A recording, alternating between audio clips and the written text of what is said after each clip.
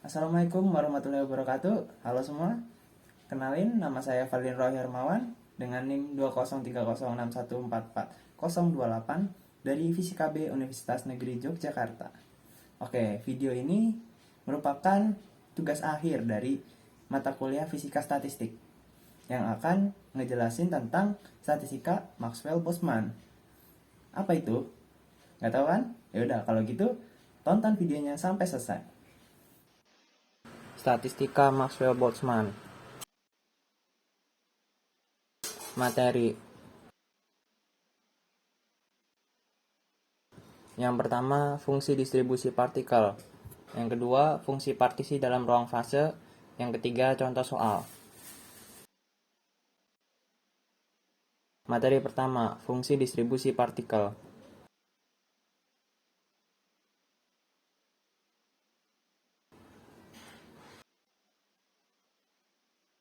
Asumsikan bahwa energi yang dimiliki sistem-sistem dalam assembly dianggap terdiri atas tingkat-tingkat energi. Tingkat-tingkat energi tersebut berada dalam rentangan dari 0 sampai tak berhingga.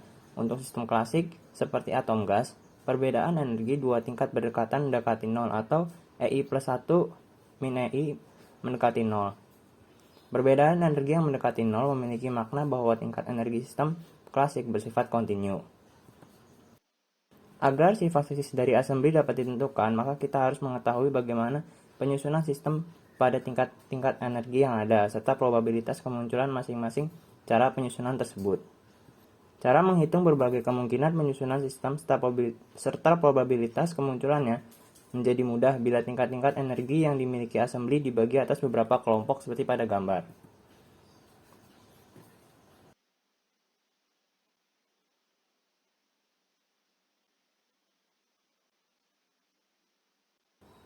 Satu kelompok energi mengandung sejumlah keadaan energi. Jumlah keadaan energi pada kelompok yang berbeda bisa sama dan bisa berbeda. Misalkan, jumlah keadaan pada tiap-tiap kelompok tersebut sebagai berikut pada gambar.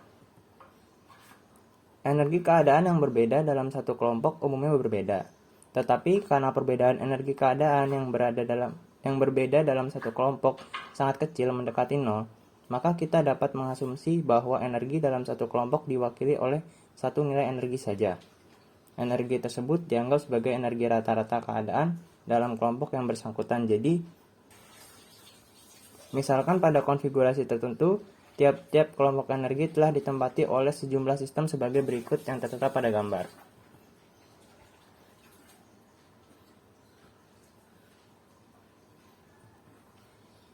Jumlah total sistem dalam assembly adalah N. Karena N sistem tersebut terdistribusi pada semua kelompok energi, maka terpenuhi N sama dengan sigma sampai ke M, S sama dengan 1 NS, menjadi persamaan 1. Energi total assembly sama dengan sigma sampai ke M, S sama dengan 1, NS ES menjadi persamaan 2.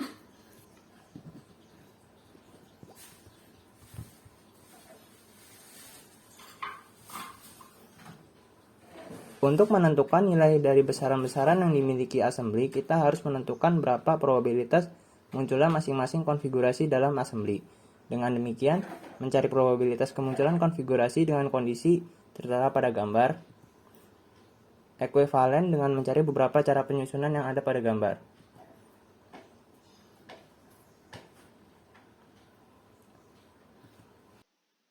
Selanjutnya, kita akan menentukan jumlah cara penyusunan sistem-sistem yang tersebar pada tingkat-tingkat energi di atas.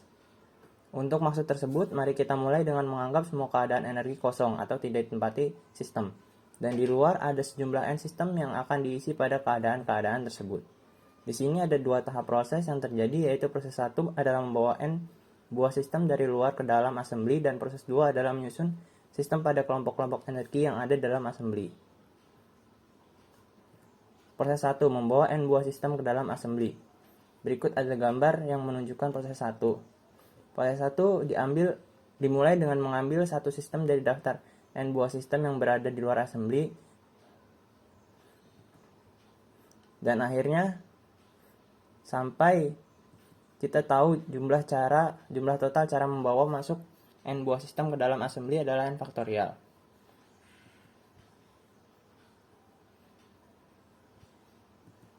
Proses 2. Penyusunan sistem di dalam kelompok-kelompok energi. Berikut gambar yang menunjukkan proses 2. Proses 2 dimulai dengan meninjau kelompok 1 yang mengandung keadaan dan ditempati oleh sistem.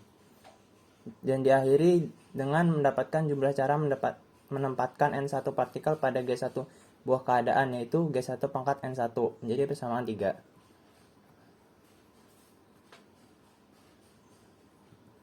Sejumlah G1 pangkat N1 cara di atas secara implisit mengandung makna bahwa urutan pemilihan partikel yang berbeda menghasilkan penyusunan yang berbeda pula. Urutan pemilihan yang berbeda dari sejumlah N1 partikel yang ada tidak berpengaruh pada penyusunan, asalkan jumlah partikel pada tiap bangku tetap jumlahnya. Urutan pemilihan sejumlah N1 partikel menghasilkan N1 faktorial macam cara penyusunan.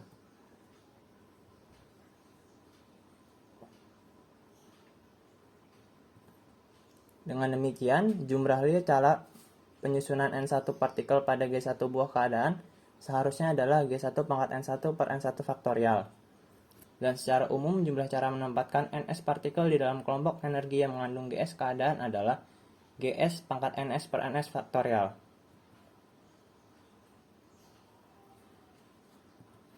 Akhirnya, jumlah cara mendistribusikan secara bersama-sama N1 sistem pada kelompok dengan G1 keadaan, N2 sistem pada kelompok dengan G2 keadaan, sampai ke Ns sistem pada keadaan Gs keadaan adalah produk dari Gs pangkat Ns per Ns faktorial dengan batas sampai ke M dan S sama dengan 1. Jumlah total cara menempatkan N buah sistem ke dalam konfigurasi yang mengandung N1 sistem pada kelompok dengan G1 keadaan, N2 sistem pada kelompok dengan G2 keadaan, sampai Ns sistem pada Gs keadaan adalah W sama dengan N faktorial, produk dari Gs pangkat Ns per Ns faktorial sampai ke M dengan S sama dengan 1 yang menjadi persamaan 4. Kita tinjau assembly yang terisolasi dari lingkungan. Tidak ada pertukaran partikel maupun energi antara assembly dan lingkungan. Dengan demikian, jumlah sistem N, energi total U yang dimiliki assembly konstan. Akibatnya, delta N sama dengan 0 menjadi persamaan 5, delta U sama dengan 0 menjadi persamaan 6. Sekarang mencari konfigurasi yang memiliki probabilitas kemunculan paling besar. Asumsikan bahwa konfigurasi yang dibentuk oleh sistem-sistem dalam assembly yang menghasilkan besaran makroskopik adalah konfigurasi dengan probabilitas maksimum tersebut. Cara yang dilakukan adalah mencari kumpulan Ns sedemikian sehingga W maksimum. Tetapi karena W merupakan perkalian sejumlah faktor, maka akan lebih mudah jika kita memaksimalkan ln W.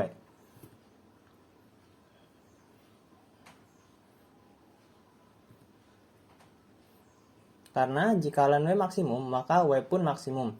Maka diperoleh ln W sama dengan ln N faktorial ditambah sigma dari Ns ln Gs min ln Ns faktorial sampai ke M S sama dengan 1 menjadi persamaan 7.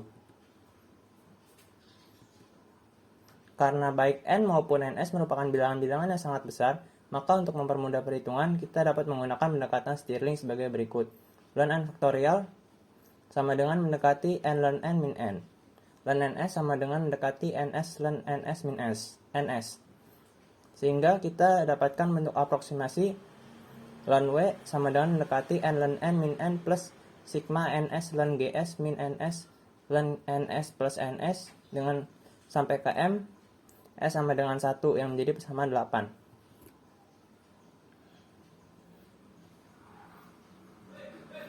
Dengan demikian, diferensial dari ln W menjadi delta ln W sama dengan sigma dari ln Gs per Ns delta Ns sampai ke M S sama dengan 1 menjadi persamaan 9.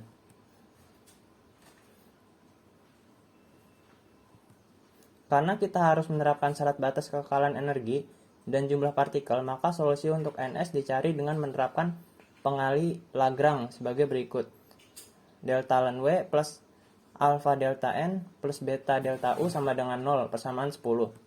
Substitusikan persamaan 5, persamaan 6, dan persamaan 9 ke dalam persamaan 10 yang akan diperoleh sigma ln Gs per Ns delta Ns sampai ke M S sama dengan 1 ditambah alpha sigma delta Ns sampai ke M, S sama dengan 1, ditambah beta sigma ES delta NS sampai ke M, S sama dengan 1 sama dengan 0. Yang dapat disederhanakan menjadi sigma ln GS per NS plus alpha plus beta ES dikali delta NS sampai ke M, S sama dengan 1 sama dengan 0. Karena kondisi ini berlaku untuk nilai NS berapapun, maka harus terpenuhi NS sama dengan GS eksponensial alpha plus beta ES, yang menghasilkan ungkapan untuk NS sebagai berikut. NS sama dengan GS eksponensial alpha plus beta ES, persamaan 11. Jadi konfigurasi yang memiliki peluang kemunculan paling besar adalah yang memiliki jumlah sistem pada setiap kelompok energi yang memenuhi persamaan 11.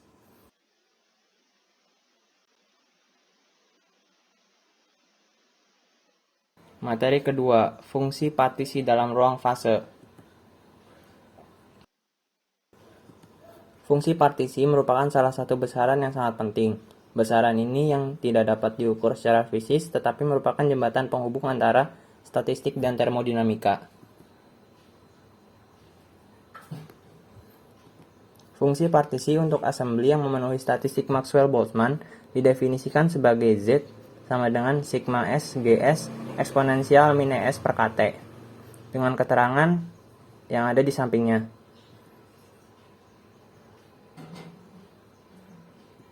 Penjumlahan di atas dilakukan untuk semua pita energi. Pita energi Ks mengandung sejumlah keadaan. Jika kita lupakan pita-pita energi dan menggunakan tingkat-tingkat energi secara individual, maka fungsi partisi dapat ditulis menjadi Z sama dengan sigma S eksponensial min ES per KT. Dalam konfigurasi maksimum, kita memiliki hubungan NS sama dengan GS eksponensial alpha plus beta ES. Dari hubungan ini, kita dapatkan GS eksponensial min E per KT sama dengan GS eksponensial beta ES sama dengan NS eksponensial minus alpha. Dengan demikian, persamaan fungsi partisi dapat juga ditulis dalam bentuk Z sama dengan eksponensial min alpha N atau alpha sama dengan min ln Z per N.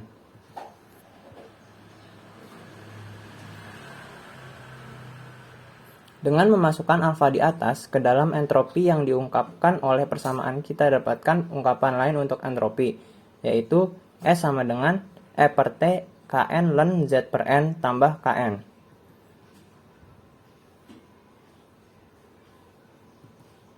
Jika sepenuhnya ingin menggunakan fungsi partisi sebagai jembatan antara statistik dan termodinamika, dengan demikian semua besaran termodinamika sedapat mungkin dinyatakan dalam fungsi partisi. Hubungan antara energi sistem dengan fungsi partisi E sama dengan eksponensial alfa d beta Z.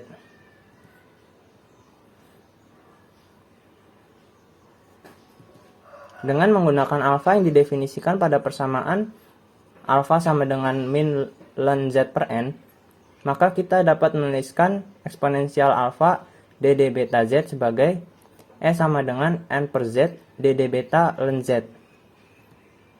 Bila ingin menyatakan dalam variabel suhu dengan menggunakan hubungan beta sama dengan min 1 per KT, maka diperoleh dd beta sama dengan KT kuadrat ddt.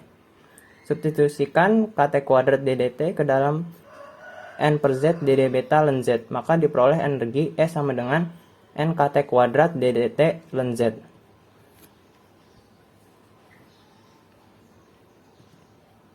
Energi bebas Helmholtz didefinisikan sebagai F sama dengan E min Ts. Dengan menggunakan bentuk entropi pada persamaan S sama dengan E per T Kn ln Z per N plus Kn, kita dapat menuliskan F menjadi sama dengan NKT ln Z plus KT N ln N min N. Dengan pendekatan Stirling didapatkan ln N faktorial sama dengan mendekati N ln N min N. Dengan demikian dapat menulis bentuk aproksimasi untuk energi bebas Helmholtz sebagai F mendekati min KT ln Z pangkat N per N faktorial.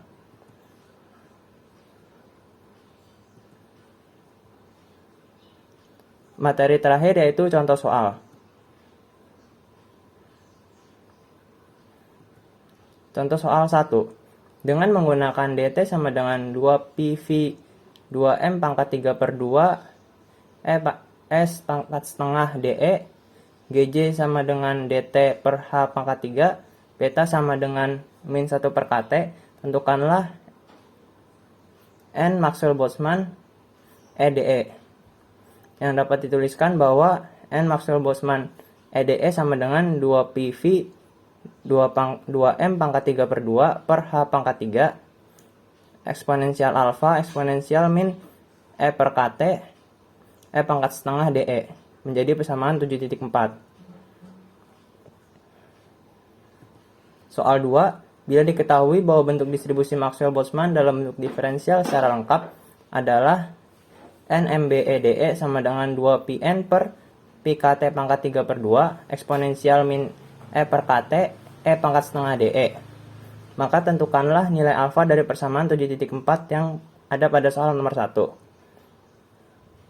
Maka alfa sama dengan ln NH pangkat 3 per V kali 2M Pi KT pangkat 3 per 2. Soal nomor 3. Gas ideal monoatomik memenuhi distribusi Maxwell-Boltzmann dalam persamaan 7.5. Hitunglah energi total sistem yang terdiri dari N partikel gas dengan menggunakan U sama dengan integral dari 0 sampai tah berhingga NMBDE, yang mana hasilnya U sama dengan 3 per 2 NKT. Soal terakhir. Sebuah sistem partikel mengikuti statistik Maxwell-Boltzmann. Sistem ini kontak termal dengan sebuah tandon yang temperaturnya T. Jika distribusi populasi pada tingkat-tingkat energi tidak terdegenerasi sebagai berikut. Yang A, berapakah temperatur sistem? Yang B, hitung fungsi partisinya. Penyelesaiannya menggunakan NI sama dengan N per Z GI eksponensial min EI per KT. Yang A, temperaturnya suhu rata T menjadi 99,4 Kelvin. Dengan B, fungsi partisi atau Z sama dengan 0,99.